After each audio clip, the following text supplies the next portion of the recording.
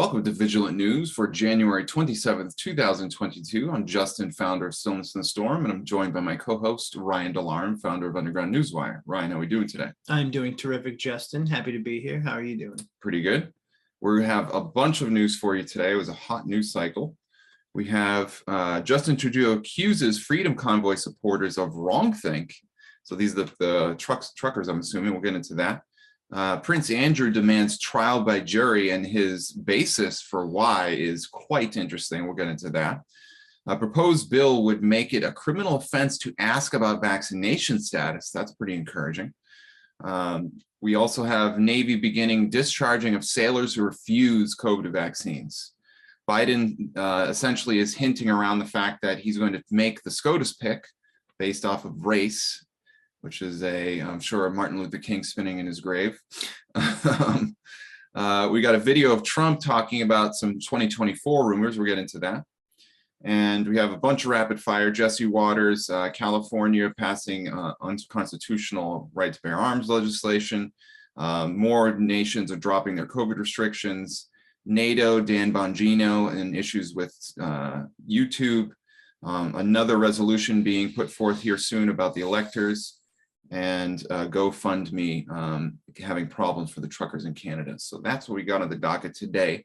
Before we get started, don't forget to check the link in the description. We got a hot promotion for pine pollen, raw pine pollen. We have a video coming out later today about all that. This is not going to last forever. This stuff goes really quick and it is really amazing. So check the link in the description. I'll have an article. You can read up more about it and the promotion. Yeah, you probably have about a week's window to get this stuff before it's gone. So. That's right. And the promo code I have in the description is going to get you 10% off. Not only just that, but anything else you buy from your first order for Ascent Nutrition. So with that, let's get into our first story today. What do we got on the docket here? We have one of everyone's favorite member of the ruling class, Justin Trudeau, accuses Freedom Convoy, that is the trucking convoy that is trying to fight back against vaccine mandates. He is accusing them of wrongthink, calling them a fringe minority holding unacceptable views, which I think 50,000 plus truckers is more than a fringe minority. Yeah. But so yeah, Canadian Prime Minister Justin Trudeau was asked today about 50,000 plus truckers and millions of supporters of the Freedom Convoy that is headed to Ottawa to protest a heavy-handed government COVID approach. In true totalitarian fashion, the pontificating pustule of pompous promotion claimed the people protesting his position are a fringe minority of the Canadian people holding unacceptable views against his regime. Wow. There is a pretty long video here that you can watch. This was during like a 56-minute presser. So okay. This guy is almost as bad as Jacinda Ardern of New Zealand. How a majority of Canadian people could possibly support this arrogant and condescending weasel simply shows how pathetic the political opposition in Canada really is. Doesn't tell us what he really thinks. Yeah, I guess we know this guy. This is coming from the Conservative Treehouse, by the way. I'm sure some of you are familiar with their work. Put a solid, strong, and articulate conservative up against these creeps and things might change. However, that person needs to be able to look the uber leftist media in the eye, speak with plain common sense, and call them on their BS. And I would say that's probably true. Yeah. So not like we're picking sides here, left or right, but one side does seem to be more about totalitarian regimes. So that's right, exactly. And you bring a really good point up. Like, I'd love to know how many truckers are actually in Canada, because 50,000 is a lot. I got to believe that's at least a good chunk of them, if not a vast majority. I would guess that they're not all Canadian truckers either. I'm sure a lot of truckers go back and forth across the border all the time. It's probably, and Biden's doing the same thing, or was trying to anyway. So. Right. Yeah, exactly. So, according to this little Google search I just did from Statista, approximately 14,700 heavy trucks were produced in Canada in 2020. So that was just produced. That's just produced. I mean, it kind of gives a little bit of an indication, but it's really, I don't know how many truckers are out there, but it looks like there might be quite a bit. So yeah. So anyway, moving on, we've got the story about the Navy with more totalitarian policies starting to fire or get rid of discharge sailors who refuse coronavirus vaccine. So this is coming as a result of the decision they made to essentially enforce a vaccine mandate. Now, despite the fact that the Supreme Court essentially struck down Biden's mandate for unconstitutionality, the Navy is moving forward. The personnel were released after failing to meet the November 28th deadline set by the Pentagon for the injection. 23 active duty sailors were amongst those let go.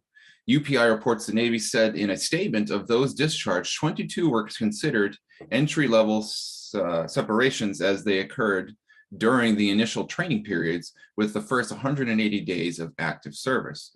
Quote, "It's my responsibility to deliver the most capable force, and this guidance helps us maximize mission readiness." Vice Admiral Bill Mears, the Deputy Chief of Naval Operations for Operations, Planning and Strategy, said in explaining the move. The Navy continues to execute its mission around the world while we work through the changes of this pandemic. So mind you, this is happening amidst a massive moves to basically remove a lot of COVID mandates, which we're going to get into later during the rapid fire. So yeah, keep all that in mind. So with that, let's move on to our next story, which is... We got the Dookie of York demanding a trial by jury in his U.S. sex abuse case, probably hoping to get a juror that's going to be a blabbermouth to the media and just throw the whole thing. Yeah, no kidding. A la Ghislaine Maxwell trial. This is coming out of, I don't even remember, but we're just going to get right into it. So Prince Andrew's lawyers on Wednesday demanded a trial by jury in the U.S. district courts as he prepares to answer the sexual assault allegations brought by Virginia Giuffre. Andrew's trial by jury plea comes just 2 weeks after Judge Lewis A. Kaplan of the United States District Court of the Southern District of New York denied his request to have the entire case dismissed. Alongside the jury request, Andrew was also sought to have the case dismissed again. The prince's lawyers have justified their decision to request a jury trial and repeated calls for dismissal by suggesting Giuffre's allegations lack solid facts and are too speculative to warrant any financial compensation from Andrew. This is going to get interesting here in a second.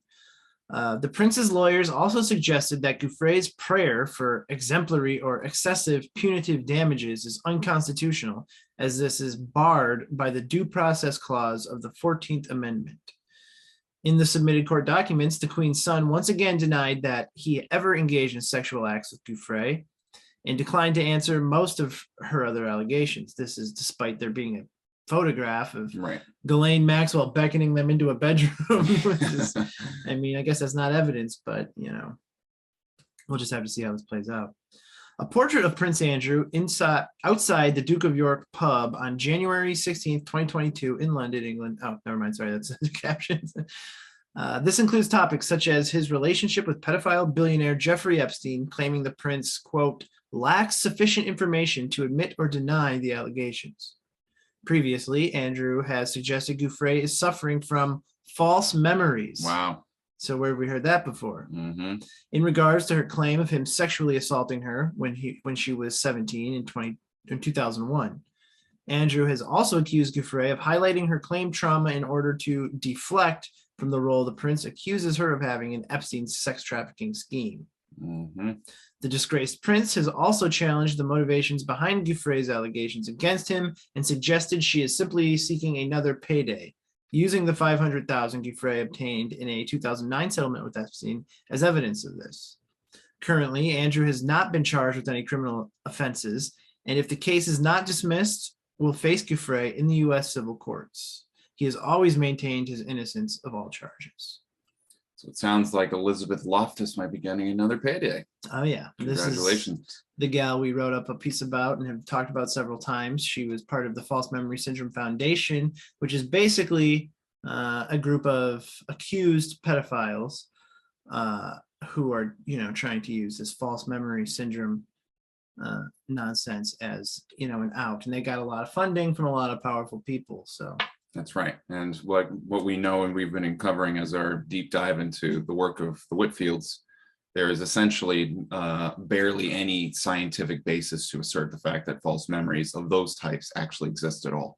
So big story. Yeah. Loftus even admitted this during the Ghislaine Maxwell trial, that they have so far to date been unable to actually implant a memory in someone. Right. And their whole spiel is that they have these psychotherapists out there implanting these false memories in people. So. Right. So they haven't been able to implant a false memory in laboratory controlled conditions, but supposedly therapists are doing it accidentally all the time. Yeah. So take that for what it's worth, everybody. Well, we'll keep an eye on that one. And with for our next story, we have Biden's racist vow to select SCOTUS, next SCOTUS justice based on skin color comes to life as Stephen Breyer retires. So for those of you who don't know, Stephen Breyer, the Supreme Court justice, he made notice yesterday that he was intending to step down. Mere minutes after the Supreme Court Justice Stephen Breyer anticipated retirement broke, Democrats demanded Joe Biden follow through on a shocking campaign promise to pick the justice based on skin color and gender. Judged not by the quality of someone's character, but by the color of their skin and the shape of their genitalia. Yeah, exactly. Which is just ridiculous on so many levels. But let's keep reading here. Biden was implored to act Wednesday after Breyer announced he would be retiring. The liberal justice is expected to leave his position over the summer. This gives Biden a golden opportunity to fulfill a major campaign promise. Quote, as president, this is Biden speaking, I would be honored to appoint the first African-American woman because it should look like that country. Because it should look like the country. I'm not sure what he's that's talking about. This, the Supreme Court should look like the rest of the I see. Got it. Biden said the Supreme Court while campaigning in early 2020. While this narrows the downfield to some 7% of the US population, his wording opens up some interesting potential choices from South African-born Elon Musk, if he were to claim to be transgender, or Michelle Obama. That's funny. Hey, makes a good point, you know? Yeah, I guess so. Well, Biden hasn't given any indication as to whom he'll pick. Nominating the former First Lady could be seen as a way to deliver a major boost to Democrats ahead of the midterm elections, which are expected to be less pleasant for progressives. Does she have any legal training at all? I don't know if she does. The highest court in the land. Yeah. Whoever the president decides to pick, he'd better act quick. Democrats have wasted no time demanding Biden abide by his campaign vow. Quote, Biden, it's time for a Black woman on the Supreme Court, Representative Ayanna Pressley wrote on Twitter. Yes. Biden better be a Biden. Another quote coming from Twitter, you promised us a Black woman on the Supreme Court. Let's see it happen. You know, it's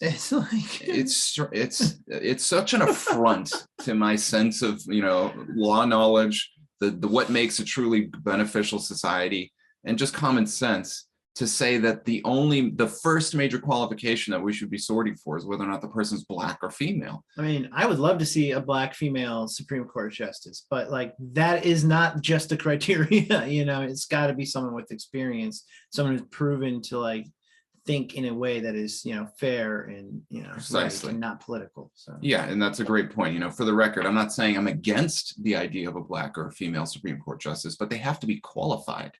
You know, the first major qualification should be, can they actually do the job? Are they the most qualified person?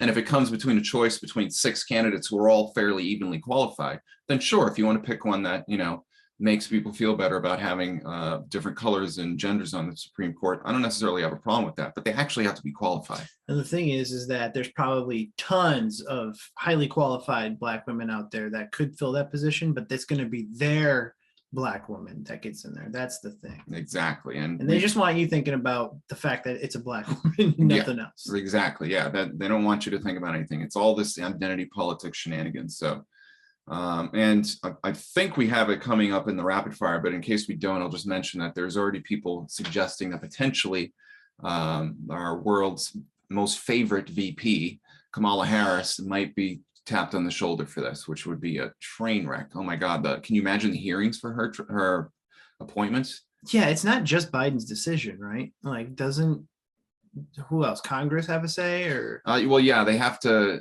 To be honest with you, I don't know the whole process, but the Senate does have hearings. I think Sinema and what's his name are going to have a say in this. So yeah, that's hopeful. So it's not just like Biden picks them and then that's the end of it. There is somewhat of a process. All right, well, let's get into our next story, which is We have a proposed bill would make it a criminal offense to ask anyone about their COVID vaccination status, Wow. which is, you know, in my opinion, been a long time coming, should have Yep. been. This is out of South Carolina Republicans. They're introducing a bill that would make it a criminal offense to ask anyone about their COVID vaccination status. H 4848. The bill under consideration was introduced on January 20th. We're just hearing about it now, a little behind the times, whatever.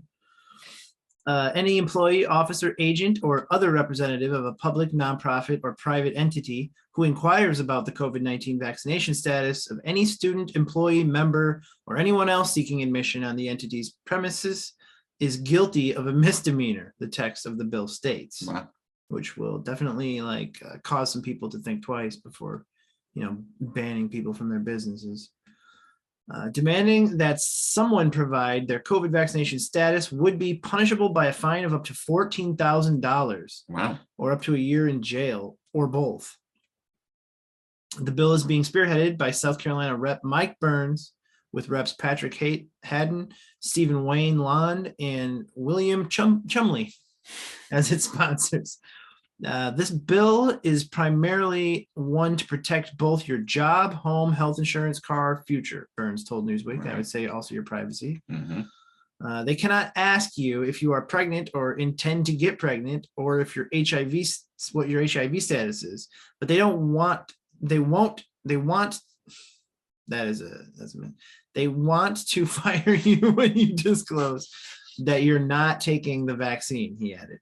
Who thinks all this is a great idea? Burns earlier told Fox News that insurance companies were planning on charging higher premiums for unvaccinated people. That's right.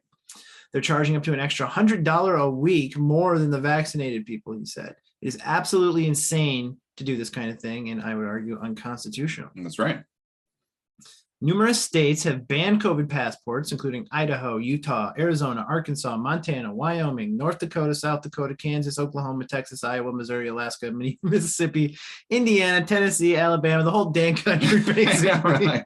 except for, you know, New York and Michigan and LA. A number of states, including Florida, Montana, Utah, Texas, Michigan, Indiana, Arkansas, Tennessee, and Georgia, also have a state worker vaccine mandate ban in place. I didn't know that about Michigan. Right. Yeah. I just moved out of there, and they were like vax happy.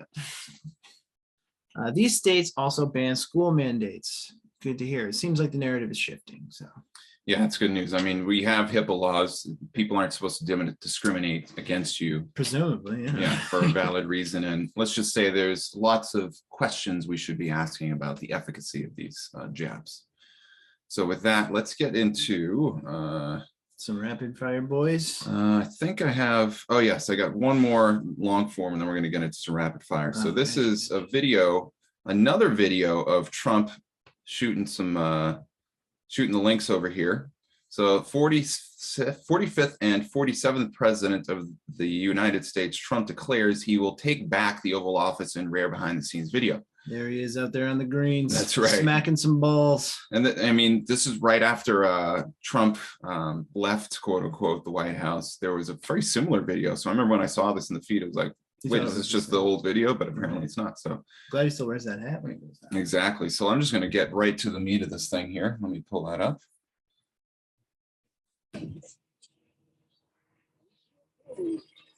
You're so lucky to be one up. Lucky. We'll be lucky we're up. Oh. First on T, 45th President of the United States. 45th and 47th. 47th. Yes. I love Mr. Donald Trump. Ladies and gentlemen, Trump National. Amazing. Reminds me of that sticker. Right. Beautiful. What an easy game. I think it's pretty boring to be middle all the time. So it's kind of, I don't know if you caught it, so I'm gonna just play it again real quick. This We'll one be lucky we're up. Oh. First on T, 45th President of the United States. 45th and 47th. 47th. there you go. So he's in 45th and 47th. I want to say he said it like right at the 17 mark too. 45th President of Yep, he did. Right at the 17 mark, he said 45th. So there you go. So, what is the implication there? Well, Trump is essentially insinuating that he's going to, in some fashion, shoot for the 47th slot of the presidency. Biden is 46 right now, and he would be 47 if he won. I wonder how it goes. Like Sebastian Gorka seems to think he'll be running. Trump has often said that we need to fix 2020 first. And now you have, I think, Wisconsin trying to withdraw their electors. And what did you say? Arizona was doing the same? Right. Yeah. We got a rapid fire where Arizona is going to So as we predicted yesterday, it could be setting a precedent, and who knows where that will lead. So that's right. Exactly. Well, with that, let's get into some rapid fire. I think we got, let's see, 3, 4, 5. We got about 7 of them. You want to take the first 3? I'll get the last 4. Yeah. See, Jesse Waters' new show, Primetime on Fox, sets rating Milestone indeed debut, obliterates CNN and MSNBC, which is not really that hard these days. No, not at all. And it's funny, when I first heard of Waters, I couldn't stand the guy. But after I saw him talking a lot over the past couple of years, I'm like, wow, he's got it on. So you'd be hard pressed to find somebody you like all the time, I'd say. Yeah, exactly. What else we got? We got California City passes first law requiring annual fees on constitutional right to bear arms. Can you believe that? Wow. I can definitely believe it coming out of California. We also have today is a good day for European nations announce end to COVID restrictions. We have Ireland, Denmark, UK, and the Czech Republic. That's right. Next up in the list, we have Russia has rejected U.S. demands on Ukraine. Biden State Department predicts invasion by mid-February.